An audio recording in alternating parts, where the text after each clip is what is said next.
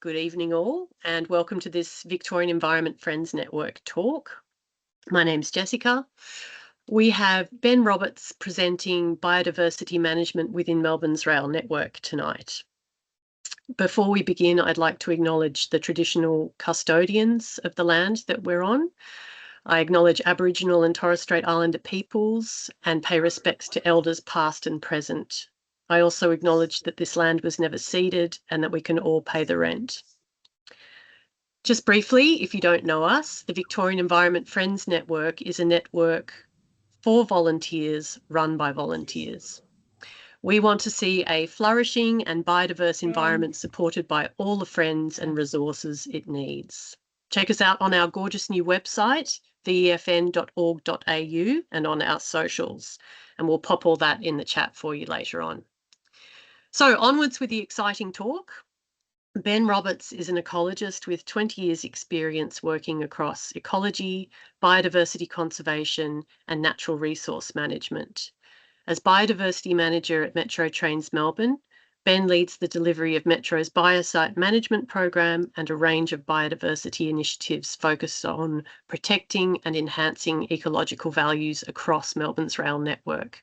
We're absolutely thrilled to have Ben here to present tonight. Before I hand over to Ben, yes, please can everyone make sure their microphones are on mute. Please be aware that we are recording this meeting and feel free to pop any questions in the chat as they come up for you, and we'll have some Q&A time after Ben's talk. And the lovely Carol Chalice from VEFN will be here to help moderate as well. We've got other representatives from VEFN here too. Thank you, and let's welcome Ben. Take it away, Ben. Thank you, Jessica, for the warm welcome, and it's lovely to be with you this evening. I'll just share my presentation.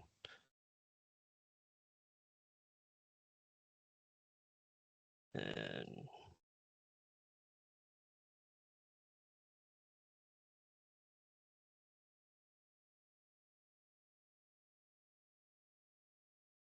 alrighty. Okay, yeah, thanks again for the introduction, and yeah, it's great to be with you this evening. So tonight I'll be presenting on the Biodiversity Management Program within the Melbourne Metro Rail Network, as Jessica introduced. And well, I think someone's cleaning the pots and pans in the background. Yeah, so just for a little bit of a context on what we'll be looking at tonight, we'll start by setting the scene, and it sounds like there's quite a lot of people from within the network from the Melbourne, Greater Melbourne region, so they'll be well familiar with the Metro network, but we'll look at a bit of the geographic context of the network, as well as some of the historical rail reserve management practices that were undertaken, which have led us to where we are now with our biodiversity within the rail network. We'll also look at what are biosites. It's a term that's used frequently, but people might not necessarily know where that term originated from or what they are and why those areas are so important. We'll then go on to look at the biodiversity journey that Metro has been on, including our biosite management program, which is the main part of our biodiversity program. We'll then spend a bit of time looking at some of the ecological data that's been acquired as part of the big build around Melbourne, so all of the level crossing removal projects and line upgrades and so forth, and how that's enabled us to establish new biosites across the Metro network. And we'll finish off by looking at some of the other biodiversity initiatives that we're working on in the network, including some native grassland direct seeding trials and an extension and connectivity project as well. Okay, so for some regional context, so the Melbourne Metro rail network is made up of 16 rail lines that form a radial pattern extending out from Flinders Street Station, with each line spanning about 30 kilometres in length, with the exception of the Pakenham and Stony Point lines, which are more than twice that length. Metro manages about 430 kilometres of rail corridor, which mostly includes an up and down corridor, so that's where it has a reserve on both sides of the rail track, across about 3,000 hectares of land in the Metro infrastructure lease. In straight and flat parts of the network, the rail corridors are generally wider compared to steep and curved sections of the network, for example up on our Hurstbridge line, which is quite curvy. of the network in the northeastern, where the corridor narrows to about 25 metres, so it's much narrower. And from a biogeographical context, the Metro network traverses 4 of the 5 bioregions that are found across Greater Melbourne, the Greater Melbourne region. And so habitat that has been retained in the Metro network is relatively small, but it's representative of the range of habitat types that occur across Melbourne. Okay, so before we dive into looking at the current state of biodiversity values within the Metro network, I think it's worthwhile spending a little bit of time looking at past rail management practices that have influenced biodiversity. So the Melbourne Metro rail reserves were established in the 19th and earliest 20th centuries when steam locomotives were in use. The steam trains presented a known summer fire risk, as the locos often created sparks and embers from breaking and burning coal fragments that would have escaped out of the funnel of the steam trains. Prior to steam trains being replaced with electrification in the metro parts of the network and diesel trains in certain parts of the metro network, but certainly across sort of regional Victoria, which in Victorian lines occurred during the 1960s and early 1970s. Rail reserves were managed by burning all the vegetation during the summer months, which I've taken to interpret that to mean that the burns would have been relatively hot, being undertaken in summer, so over December and January, I've read, particularly in instances where there was accumulated grass growth in the reserve since the previous burn. So it might have been the year before or 2 years before in some instances. And to give you an idea of the amount of reserve being burnt each year, I found a report from a government board of inquiry into the occurrence of bush and grass fires in Victoria in 1977. So it was a particularly bad fire year that year.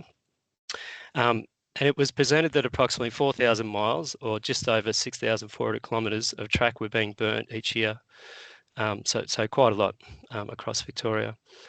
Management of rail reserve vegetation in metropolitan Melbourne using fire largely ceased around 1973, I read. So, and that was primarily due to concerns about smoke affecting nearby residents.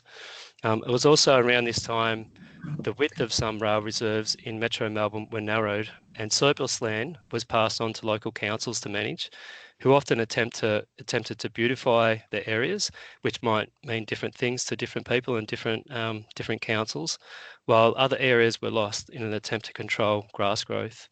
I found most of this information from versions of the Victorian Railways monthly publication from the 1970s.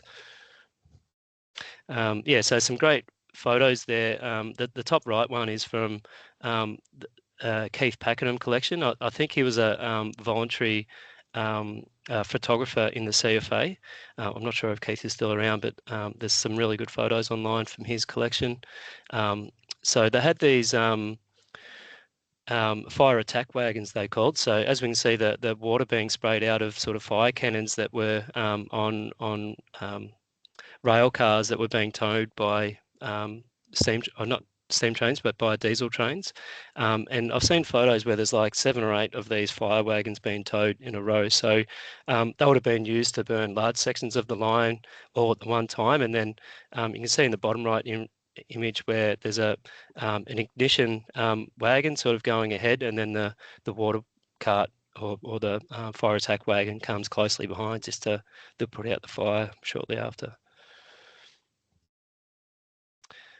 I'm not sure if people have seen these, you may have, but there's a great series of aerial imagery from the sort of 1930s, 1940s, from around the Second World War, from what is now considered to be Greater Melbourne.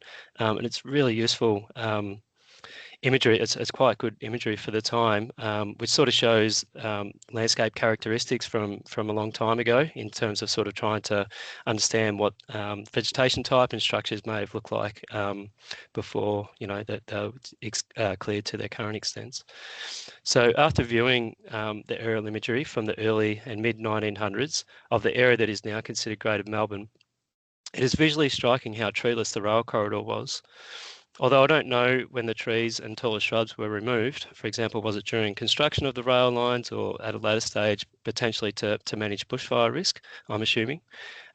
It's assumed that the annual summer burning program would have kept the rail corridor relatively treeless by burning any juvenile trees and shrubs that may have recruited since the previous burn, sort of keeping in mind that the burns were undertaking over summer, so they would have been hot, so anything that sort of recruited would have been burnt.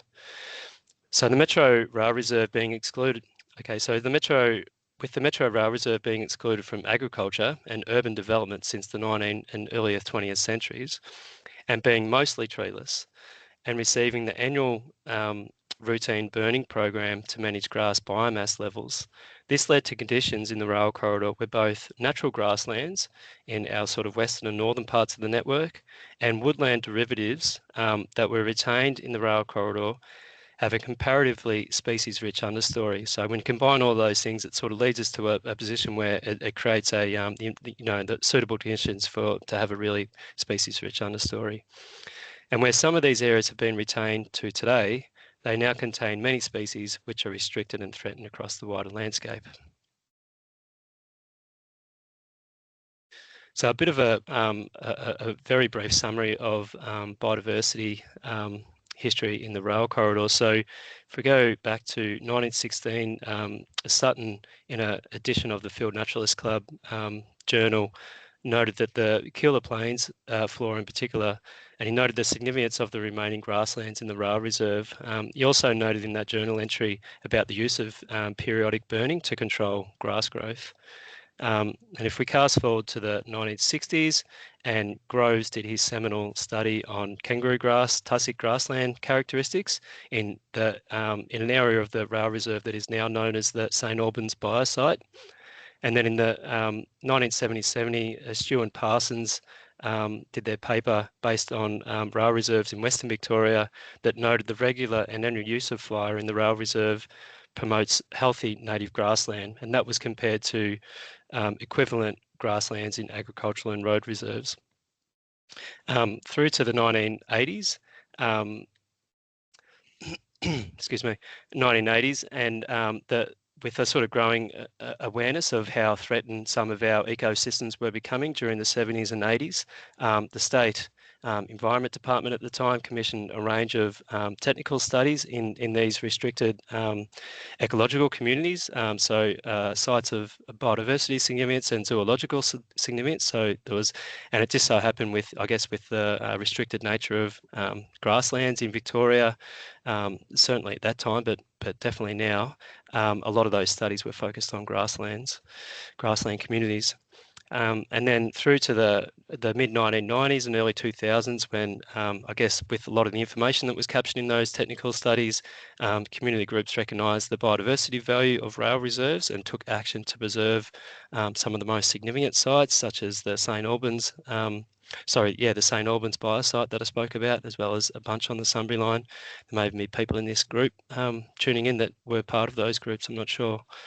And then all the way through to the early 2000s, when the DNRE at the time sought to consolidate over 1,500 of those past reports that have been prepared into a single document to understand where the most significant sites occurred across Port Phillip and the Western Port region and wider Victoria. And that study was the study was called Sites of Biodiversity Significance, and that's where the term biosites come from. And it just so happened with, I guess, the past management that occurred in the rail reserve that I spoke about, that a lot of those biosites were located in rail reserves and road reserves and other linear easements. Okay, so if we cast forward to the biodiversity journey that Metro's been on in our current franchise, I'll just give a bit of information about that. So MTM is a consortium made up of 3 shareholders, and they have a franchise lease to operate the Metro Rail network. And that there was a 7-year lease that ran from 2017 through to 2024. And in 2024, there was a 3-year lease extension activated in the contract, which extended the contract out to 2027. And that was done to align with the opening of the Metro Tunnel. So they wanted the same operator that had been heavily involved in the design and construction of that project to also be in place during the opening of the tunnel and early phases of operation for timetabling and other logistical reasons. So 2017, the MTM made a franchise commitment to maintain and improve the condition of biosites within the Metro network. There was a sort of greater understanding that these sites weren't being managed appropriately prior to that, and so they sought to do that as part of their commitment to the franchise. And at that time, our baseline understanding that there was 30 biosites across the network, and 2/3 or 20 of those were located on the Sunbury line and included grassland communities. So yeah, it sort of speaks to how significant the Sunbury line is in terms of biodiversity in the network.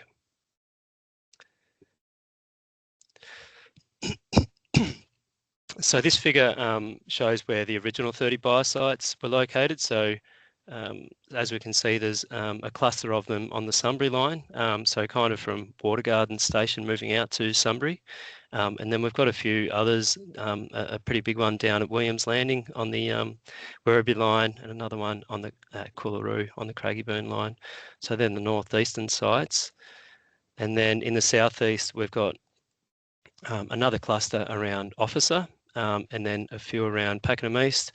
Our largest one at Langwarrin, adjacent to the Langwarrin Flora and Fauna Reserve, and then another one, a really significant one down at the end of the Stony Point line.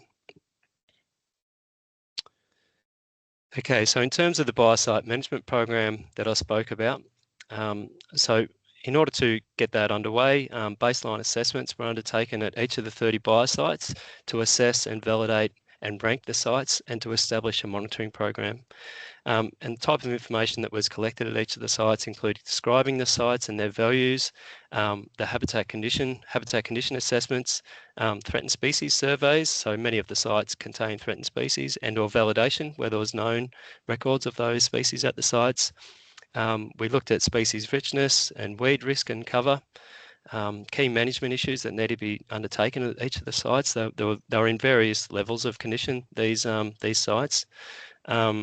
And we mapped the extent of them. There was some of the sites on the Sunbury line in particular were reasonably well known. A lot of them already had fences around them and they were quite well defined compared to sites in the southeast. So on the Pakenham line, for example, where there was no fences in place. The map that sort of said where the biosite was, often case the biosite was on the other side of the track and in a different location, so there really wasn't much known about them at all. So there's quite a lot of sort of understanding in the early phases of the project about those sites. Understanding about the protection that was in place on the site. Some of them had established fences that were in good condition, whereas others either had fencing that was dilapidated or just no fencing at all, and recommendation for further surveys to better understand the values of these sites. We then prepared a biodiversity management plan which guided the delivery of the management program over the 7-year period, and we knew right from an early stage that the plan needed to be adaptive to management successes or non-successes, to be able to change things up, management practices if we needed to, seasonal variability. It also included a scheduled monitoring program with clear objectives and targets. We also needed the plan to be flexible.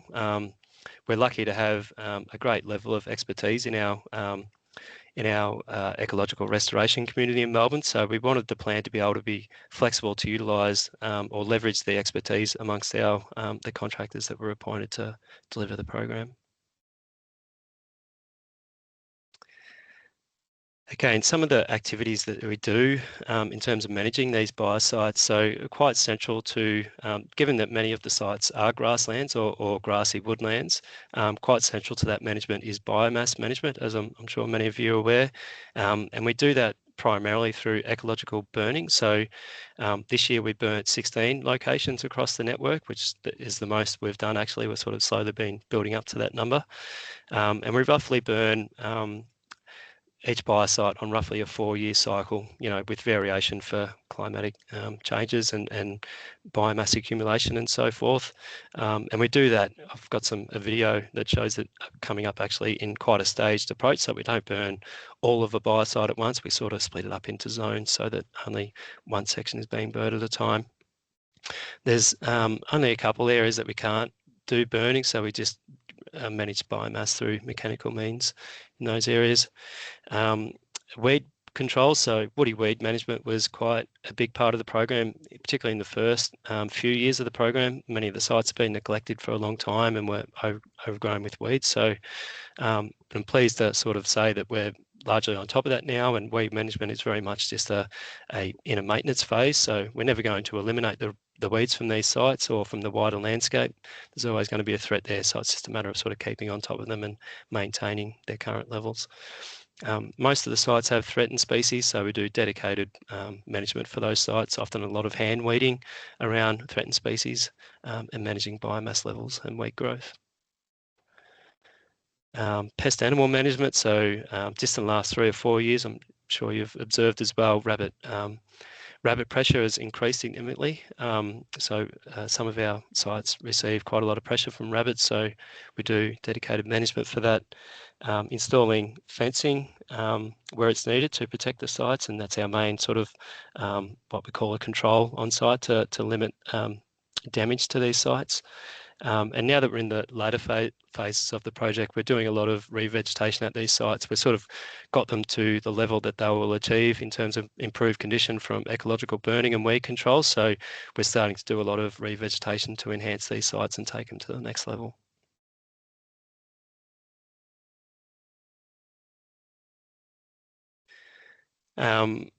So in terms of program achievements, so as I mentioned, we're in the coming into just about the start of the 10th year of management of this program. So we've recently completed an end of franchise audit on our Biosite program, which was undertaken by the University of Melbourne. And some commentary taken from the report noted that active management of biosites by Metro has significantly improved their biodiversity values over the franchise period, with all program monitoring metrics improving.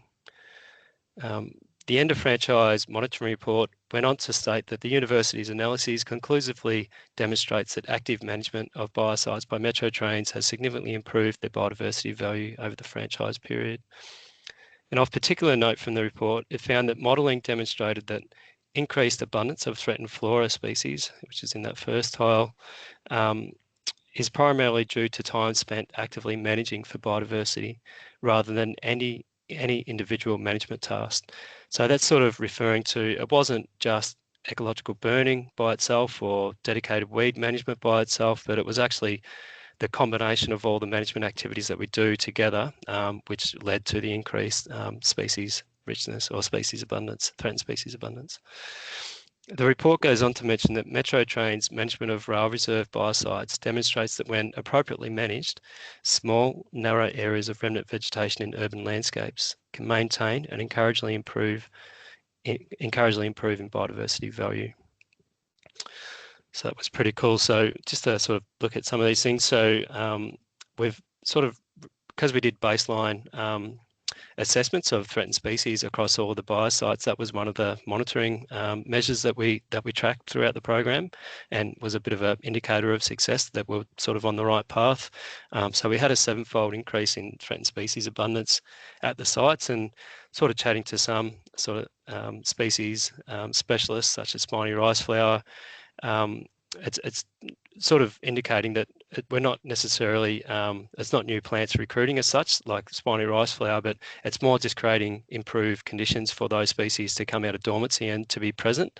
So when it's, the kangaroo grass, for example, is overgrown and thatching out a site, it overcrowds those some other forb species and subshrub species from being able to grow. So by doing the burning, it opens it up, as seen in that photo, and allows opportunities for these other species to come out of dormancy and also to be seen. It's hard to see those plants when it's so overgrown with kangaroo grass when doing surveys. So that's part of the reason for the increase.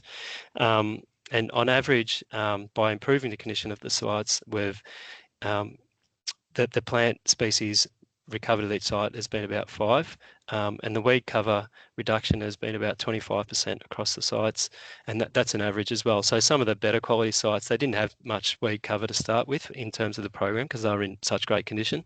But at the other end of the spectrum, some of the sites were really degraded and almost 80% cover of weeds. So we've been able to achieve a lot of weed reduction at those sites. We've recovered a couple of plant communities across our different sites. But for me, by far and away, the biggest achievement that we've had in this program is reintroducing burning back into the rail corridor as a business as usual activity. So it was a bit of a slow burn in the first year or two, pardon the pun, to get the program up and running and sort of get the business comfortable with the risk of doing burning in an operational rail network. But as I said, we did 16 burns this autumn. So it's sort of very much a business as usual activity. And it's just by having the program in place, we've been able to establish some great community partnerships and engagement. Doing presentations like this or site tours at some of our sites as well has been really a great part of the project. So there might be some people that aren't as familiar with what ecological burning looks like, particularly in an operating rail environment. So I've put this little clip together to show you what that looks like, and I can have a bit of commentary as we go. So this is at one of our more significant sites at Calder Park. It's where we've got our greatest abundance of spiny rice flower. I think we've got about over 400 plants of spiny rice flower in this site, as well as large fruited fireweed, which is a Commonwealth listed species. So you can just see the burns just trickling along in the grassland there, very slow. I'll just pause it there. So as I was talking about the stage approach that we take to our eco burning, so as you can see, this is quite a long site. So the area on the left that has just been burnt represents about a quarter of the site. So we split this site up into 4, and the area on the right hand side closest to the train track, I think by memory, was burnt about 2 years prior to the one on the left. This video is a couple of years old.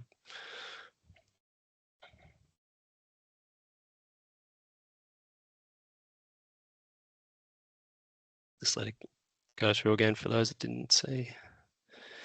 So a few things about this. We need quite particular conditions to be able to do the burning. So you can see the smoke's blowing away from the rail line there. So that's one of the controls that we have to have in place, and so that we're not obstructing train driver line of sight. So we can't just burn at any opportunity. It needs to be quite specific weather conditions to be able to do it. Some of our sites are adjacent to primary schools, and some are near nursing homes and hospitals and things. So again, we have to do, in the case of the schools, we have to do the burns during school holidays, the autumn school holidays, for example, which adds another element of complexity to the program.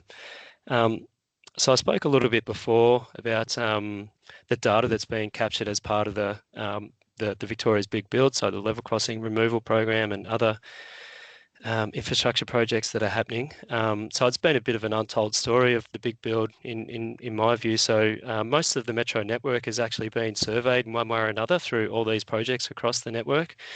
So we've gone from almost only knowing that the only biodiversity data that we had was sort of the biosites at the start of the franchise, all the way through now to almost having a complete picture of ecological values across the networks, thanks to the survey effort that's been done through these projects. So that's obviously improved our understanding of biodiversity values across the network, has enabled us to manage the risk to biodiversity across the network by being able to put controls in place for routine maintenance and project works. I've been able to consolidate all of that information into GIS data sets, which then enables us to share that back out to our project partners to inform future projects. And one of the controls that I mentioned that we put in place is establishing new biosites. So that's our key control, where there's limited access to these sites. So we put fencing up to limit vehicle access, for example, and personnel access. And then we have dedicated contractors that do the biodiversity management in these sites. So over the franchise period, we've established an additional 32 biosites on top of the original ones that we were managing. And some of these sites are relatively small compared to some of the original ones, in that they're just protecting a particular threatened species habitat or ecological community. So one of the more well-noted sites is in the top right is the rediscovery, or the discovery of elfin copper butterfly in the Hurstbridge line. So that's the top right image, and that site has responded really well to the management works that we've been doing. This image, so in the left-hand side of that top right image, you can see all the sweetness area recruiting that is just happening naturally by removing the regular reserve maintenance mowing program off the site. So it's kind of just remove the mowing and let it go, add some weed control to improve it, and it's come along quite well. We do annual monitoring for elf copper butterfly at this site, just to make sure our management actions are on track and not impacting the site further, I guess. And then in the bottom right image is a site at Marulbark where there's a couple of plants of Mataflaxelli. So in terms of the new sites that we've set up are in the purple. So some more sites on the Sunbury line that we weren't aware of, where there's some additional threatened species, but a big cluster on the Hurstbridge line around Montmorency and Greensborough, Kindaway, McLeod and Rosanna. And then in the southeast, another group around the Officer area where there's additional values we weren't aware of originally. Okay, so moving on to some of the additional biodiversity initiatives that we have going besides that that main project. And one of those, Metro has been engaged to deliver what we call the Sunbury Line Biosite Connectivity Project. But before I talk about that connectivity project, I sort of need to speak about this native grassland direct seeding trial that we've been working on. So as part of the Melbourne Metro Tunnel project, MTM was engaged to deliver a biodiversity initiative to enhance and connect 3 hectares of native grassland biosites on the Sunbury Line. In order to take on a project of this scale, we needed to first understand how to go about it. And so we entered a research partnership with the University of Melbourne, who had pioneered and researched the direct seeding technique for ecological restoration over recent past decades, particularly for grassland restoration. And the objectives of the research trial were to develop site preparation techniques that were suitable to implement in an operating rail corridor, compare the soil scalping versus the soil capping techniques for direct seeding prior to direct seeding, and to test different restoration approaches that may be appropriate for different site conditions. So there's a whole range of different constraints that are relevant to different sites in the rail corridor. And to investigate the emergence and establishment of sown species, the maintenance requirements and native species cover in areas with different site preparation techniques, the different seed mixes and sowing rates. So just talk through some of the images there on the right hand. So the top 2 images is installing capping material, so essentially just clay material on top of the soil surface, which I'll talk a bit more in the next slide. And that material came from a level crossing removal project at Quarter Park Drive. So there was a circular economy component to this trial as well. And in the middle slide, so is just on the left is the seed mix that we use to sow, which I'll talk in the next slide. And the image on the right is about 18 months after sowing the seed. You can see a range of forb species already in the foreground. That's the second spring. And then the bottom image is about 2 years after sowing the site down. And the final slide there, we just had the trial report come back from the university actually, and it concluded that we were able to establish a native grassland that met the EPBC Act condition or criteria for the natural temperate grassland of the Victorian Volcanic Plain ecological community within 2 years, which is really cool. Okay, so a little bit about the trial with the university. So it was the trial site is located at our St Albans Road Rail Reserve biosite, so just on the Sunbury line and on the Sunbury side or the northern side of the Western Ring Road, so where the Sunbury line goes underneath the Ring Road. And the 2 site preparation techniques that we trialled was the soil scalping method, which is sort of more the traditional method that the university's been researching over the last couple of decades, where the objective is to strip the sort of top 10 to 20 centimetres of the soil profile to remove the weedy seed bank and then direct seed into the prepared soil bed. There's certain limitations with doing that in the rail corridor. So firstly, the soil within the rail corridor is often contaminated from historical rail uses, and it's quite expensive to dispose of.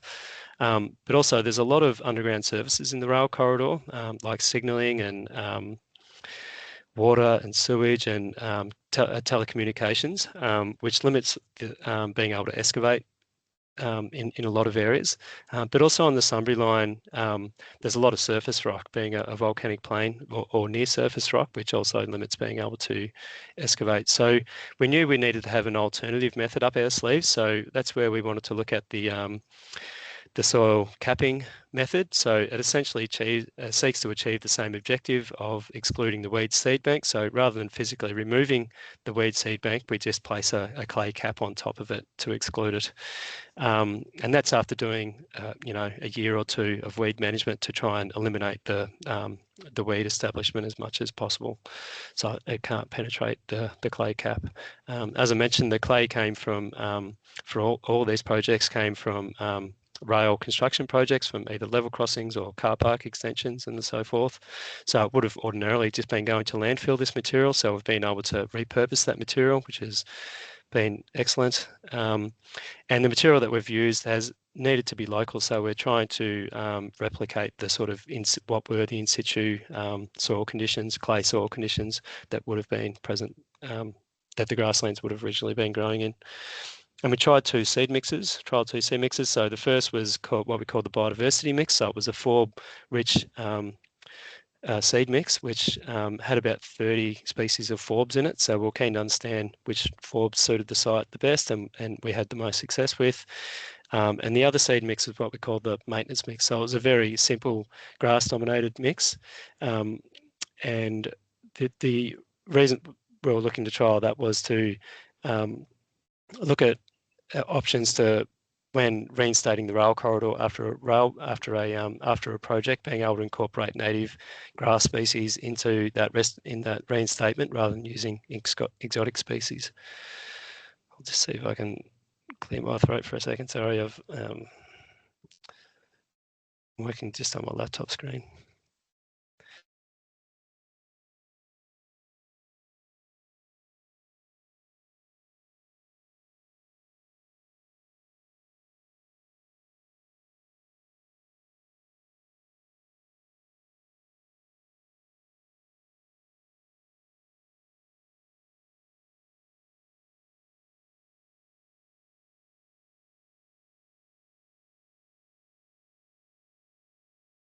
Okay, sorry about that. Let's turn the mute back on.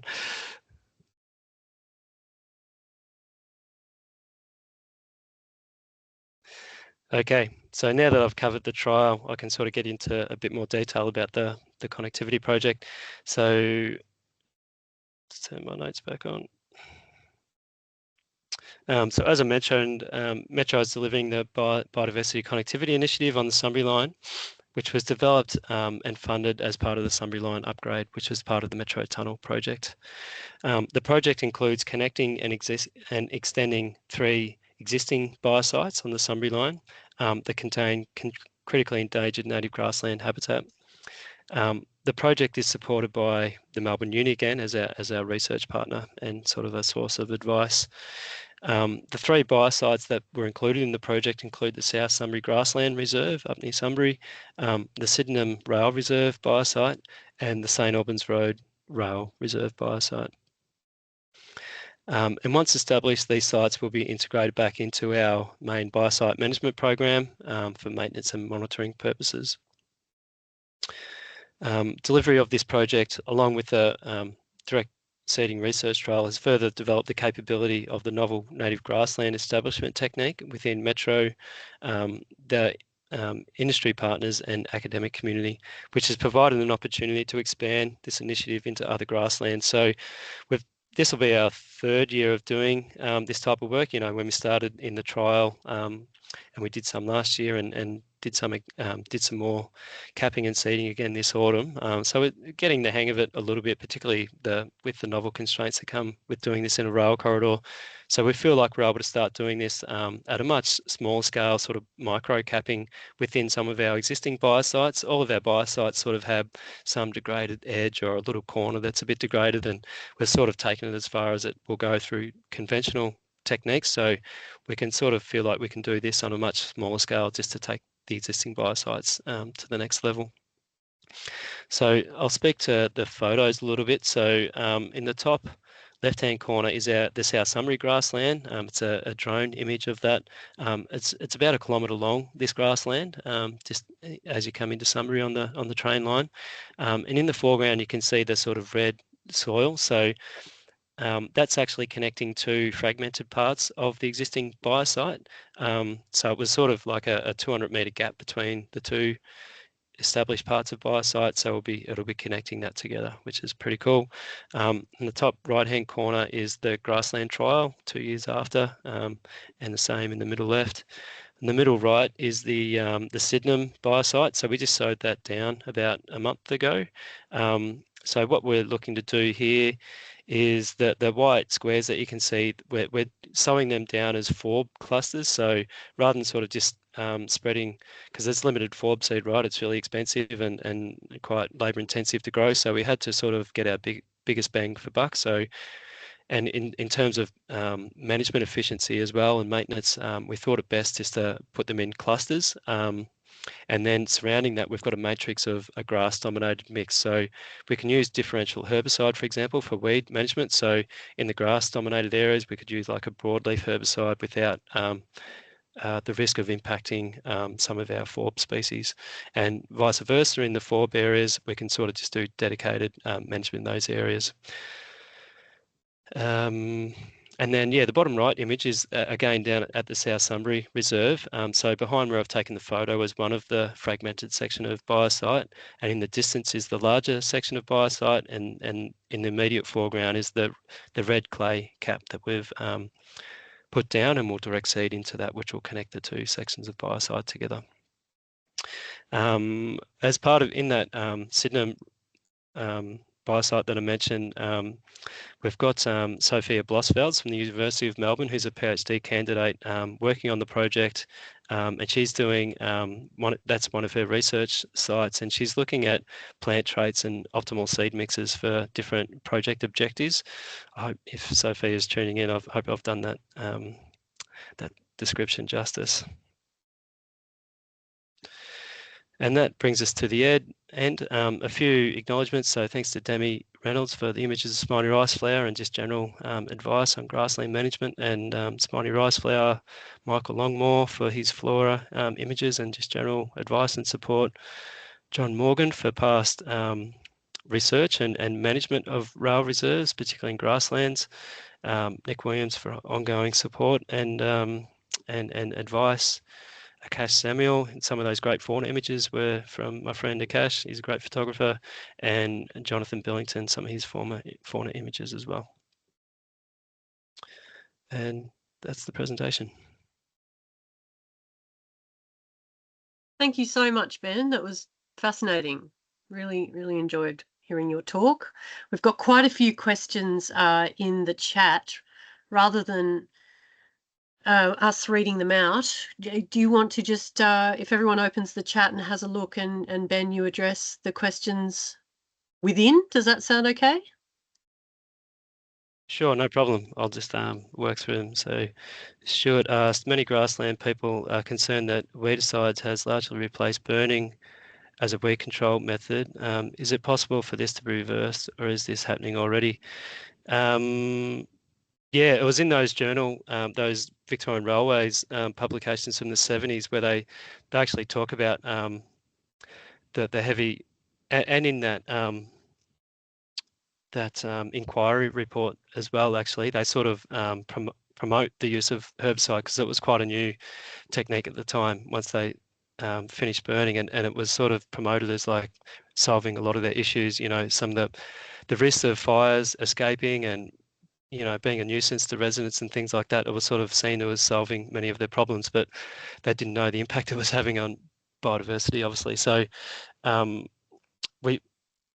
we still do, and all rail operators do it. That it's actually a regulatory requirement of ours to keep the 3 metres either side of the nearest rail weed free. That's just like a standard regulatory requirement. So that gets done.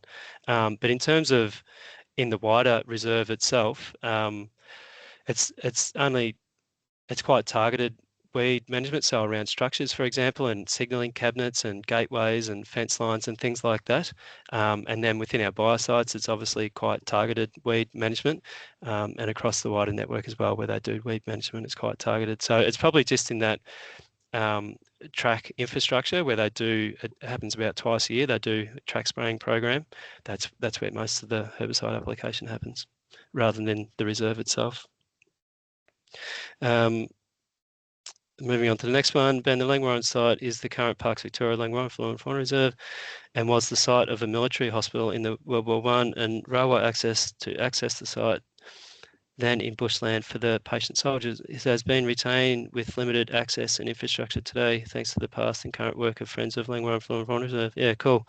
Yeah, it's really neat that Langwarrin Fauna, even the fuel break that they've got on McClelland Drive, both similar to what I was talking about with the ongoing the annual burning in the rail reserve. It's sort of like it's a similar, it's obviously not burning, but it's biomass management. It's a bit of a blunt tool, but it's effective in sort of keeping quite a diverse understory in that section of the fire break.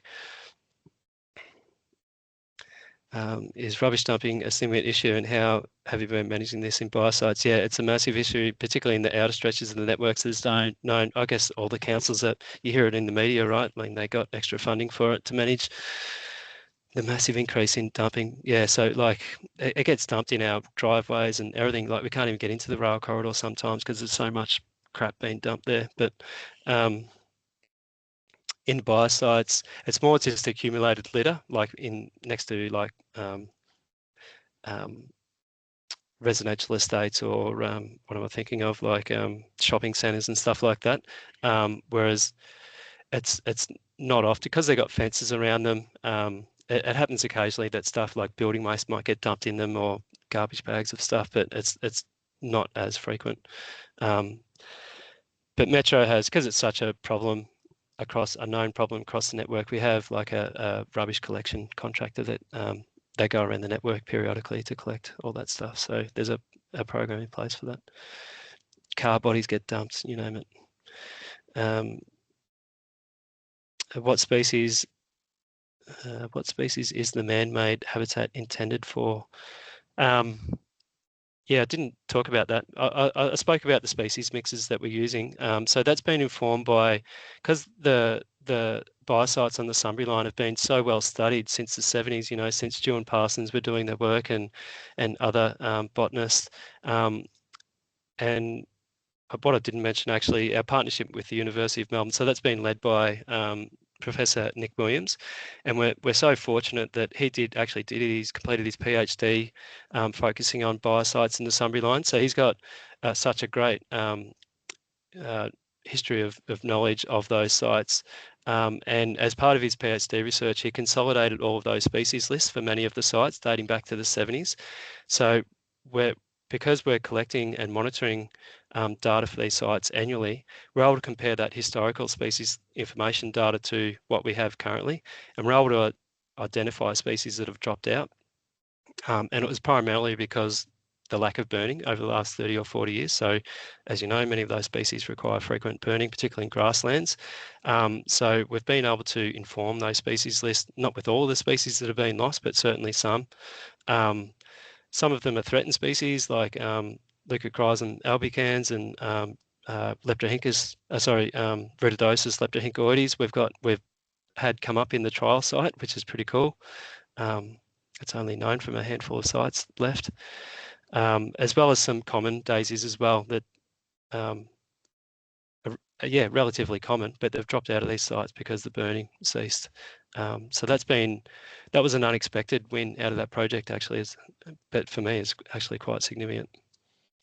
In terms of monitoring sites on the Frankston train line with the raised rail rail lines, flood issues at Edithvale and other. Can sites be added to monitor future impacts of the big build? Probably not unless there's a biosite. So we have a monitoring program for the biosites, but unless it's a compliance, a condition of an approval, like an EPBC Act approval or something, so that gets obtained during a project construction, which we have a couple of. When it gets handed over to Metro to operate, if there's still conditions of approval that extend into the operation phase, that's when we do the monitoring. So we've got that applicable with the HCMT depot that was built down in Pakenham East. So that had like a 10-year operational management plan with it. So we're delivering some of those, and we still do annual reporting back to the federal government on those conditions. So not unless it's something like that would we take on ongoing monitoring of impacts. How does MTM share knowledge with VicRail in country lines? Yeah, so there's an equivalent of me, Biodiversity Manager in V-Line now, and VicTrack also has an environmental person. So we meet up fairly regularly and share knowledge and exchange ideas where we can. Current project in Frankston Rail Corridor at Seaford with planned Skyrail in 2027. Rail line is raised and important vegetation. How can friends groups advocate for this? Has the Frankston line been surveyed for ecological surveys, and are these available? The reason why I laugh there is because I literally just sent an email off this afternoon asking for those ecological reports and data, because that is a data gap in our network actually, because the reason being because it's only being done now. So hopefully that can close that data gap. But in terms of rail corridor at Seaford, well, I'm not sure what we can do there. That'd be with the level crossing removal project, which we're a partner of, but obviously very much removed from. They'd be working on that. For the sites that aren't able to be burnt and where biomass is instead managed mechanically, how is that done? Tractor / a whippersnapper? Yeah, brush cutter. Yep, primarily. And as I mentioned, where there's threatened plants in place, it's just done by hand removal. Where can information about biosites be located? It's a good question, because it was back then a DSE data set that was available through their what was called the interactive map portal back then, but they don't support that data anymore, and I had a real hard time just trying to get it. Actually, I didn't get it through DECA, I got it through an industry contact. So I can't answer that actually. It was available through DECA, but it's not, they don't support it anymore. Does MTM allow community environment groups to maintain the biosites? Unfortunately not, just because of the restricted operational requirements within the network. But we do, I'm not sure if you've heard of the Stationeers program. That's probably our main volunteer environment related program. Do any of the biosites in the connectivity project have fauna values? Just wondering how you consider, and if necessary, manage potentially localised native impacts, albeit hopefully temporary, and outweigh the longer term benefit on fauna that might still be present in the degraded areas. Yeah, no, it's very relevant, and that are being capped. Example, striped legless lizard, golden sunmoth. Yeah, no, it's a good point. So we do targeted surveys for fauna. So because of the history of the sites, that there's obviously suitable habitat for those species present. So looking at the Sunbury line, so tussock skink in particular is quite widespread through even the most degraded grasslands. They're not too picky in terms of what they choose for habitat. So some of those sites that we were capping did have tussock skink. So we had a salvage program in place where so as part of the weed management or preparation for the sites, we'd been spraying the sites out for about 18 months, 2 years prior. So I guess the habitat becomes less suitable for the reptiles because it's becoming gradually more open as the vegetation starts to die back, the weedy vegetation starts to die back. So they tend to retreat back into the retained native grassland because it's preferred habitat, there's more shelter, for example. And then we have tile transacts through the capped area for about 6 months prior. And then we had our consultants doing regular monitoring of those transacts and relocating the reptiles into the non-impacted parts of the grassland. And we're able to, because we're doing it for such a long time and so regularly, we're able to monitor where they kept reoccurring, I guess. So we sort of knew where they were, and then they were on site when we were doing the actual capping works and we did lots of test scraping to make sure we weren't picking up any. So it was quite a controlled environment. Excuse me, Ben, can I just interrupt for a moment? We are short on time with our Sure. recording, so if it does cut out, just so you know that I think I've just had a warning that we've only got a few minutes left. No worries. Would you like me to wrap up? There's quite a few questions there. I know. To go. I've just noticed how many there are. Take a copy of them. Yeah. Would it be all right if we copy all those questions and see if we can get some answers from you at another time? Yeah. I've just noticed how many. I'll probably another half an hour trying to answer all those. Yeah, no worries. It's fantastic. Everyone is so engaged and interested in this subject matter. So thank you, everyone. Can I just break in for a minute?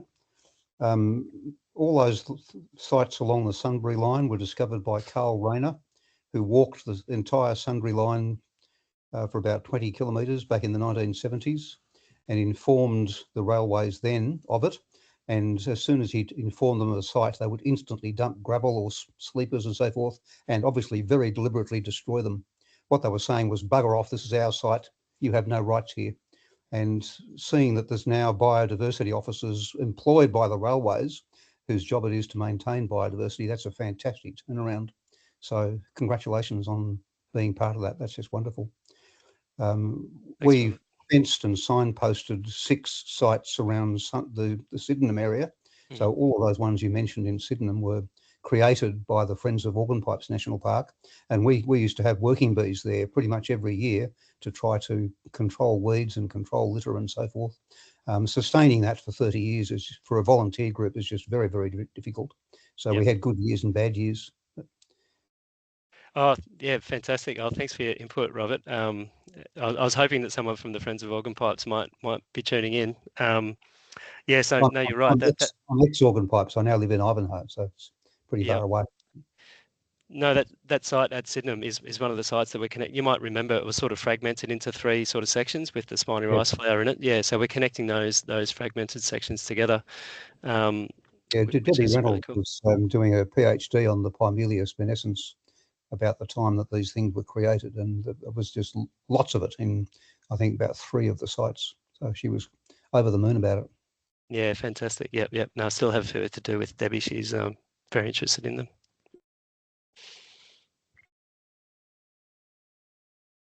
I think we've got a raised hand as well. If we could, I think it's Lincoln's been raised his hand for quite a while. Are you still there, Lincoln?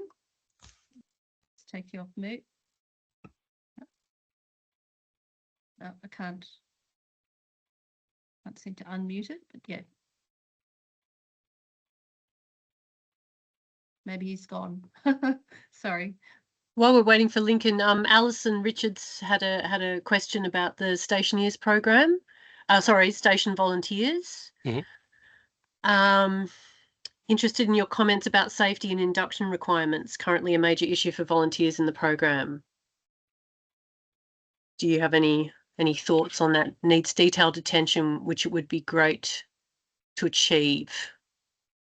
Yeah, we have so just in the last, I think, 12 or 18 months, it was being managed by a third party, the Stationeers project by Keep Victoria Beautiful, I think it was, but we've just recently brought that program in-house. So we have a dedicated coordinator looking after that. So I guess we've got a bit more ability to address that, hopefully.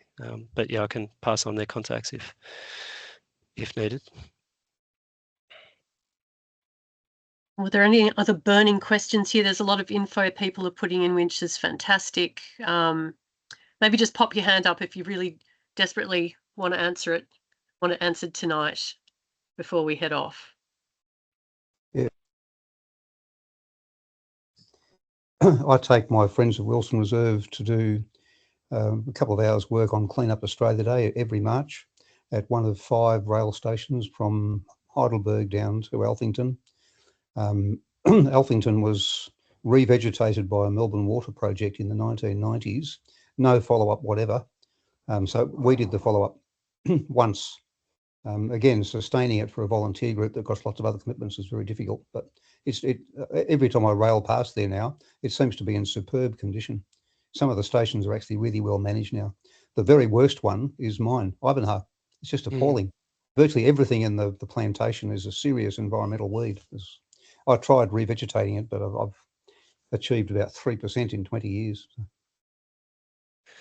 Yeah, there's some of the earlier ones, I think, on that around the Alphington earlier stationery program or sites around Alphington, Dennis, and what else? Fairfield, those kind of stations, I think. Yeah, Fairfield and Dennis are really beautiful now. Yeah, awesome. Marg, you've got your hand up. Yep.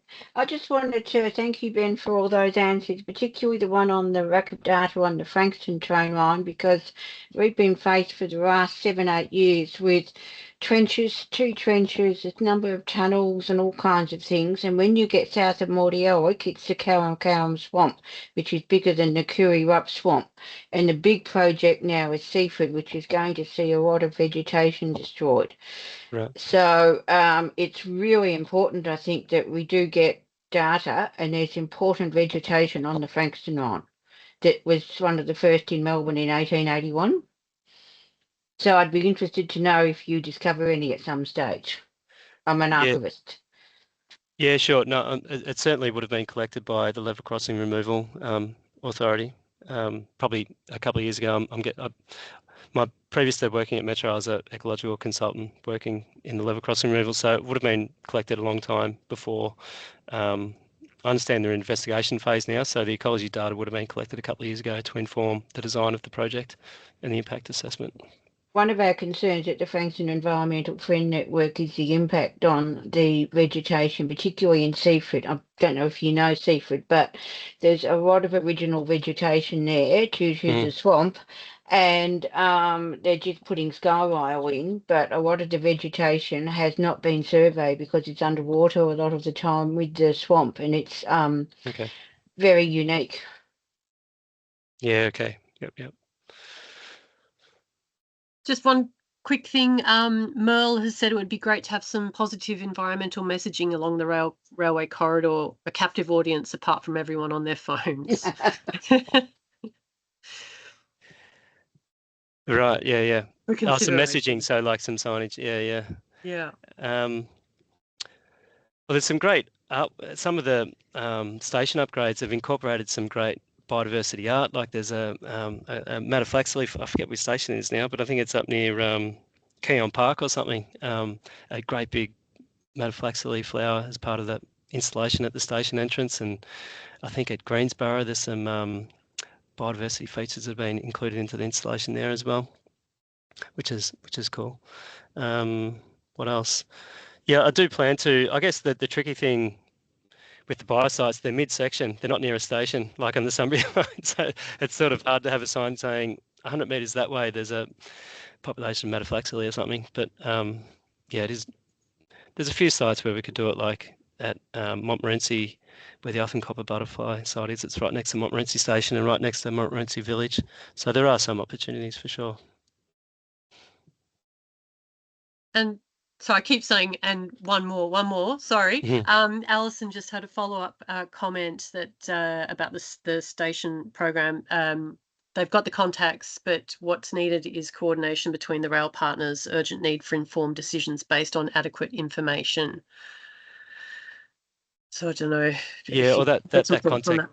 Yeah, that contact that you have would be the best person to work through those things. I think they're actually in our communications team, so they would have all the relevant contacts to hopefully try and draw some of those issues together. I don't know whether you're aware of the Friends of Eaglemont Village. No, I'm not.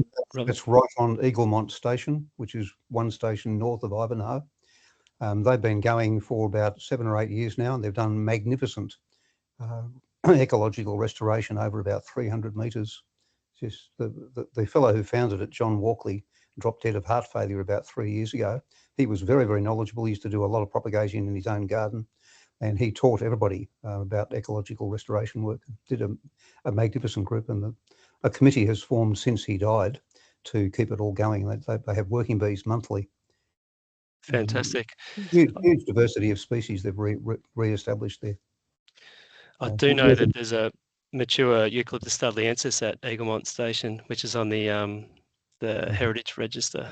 That's one thing I know. Maybe, hopefully, that's been incorporated into that. Yeah, it'd be worth getting into Friends of Eaglemont Village. They're really great folks. Okay, great. Thanks.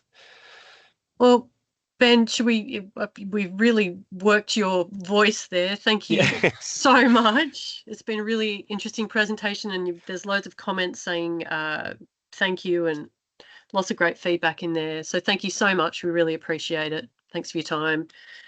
Yeah, thank you, Ben. Good value. Yeah, definitely. Nice, I can't wait to get on the Sunbury line. And it's nice to hear the railways doing positive stuff now instead of being destructive. Yeah. Yep. Really Try and great. keep everyone in line. Yeah, wonderful. It's a hard task. Well done. Thank you. And folks, I've just popped up our next VEFN talk can be found on our events page on the website. So check that out. Ben Cullen, Finding Melbourne's Nature. So Ben, please come along if you're free. That'd be great. Yeah, I know Ben, and I've been following his recent podcast, so that'll be a great chat. Yeah, good on you for getting that. Yep. Thank you so much. We really appreciate your time. Thank you, everyone, for coming. Have a great night, everybody. Thank you. Thank you, everyone. Good night. Thanks, Ben. Cheerio.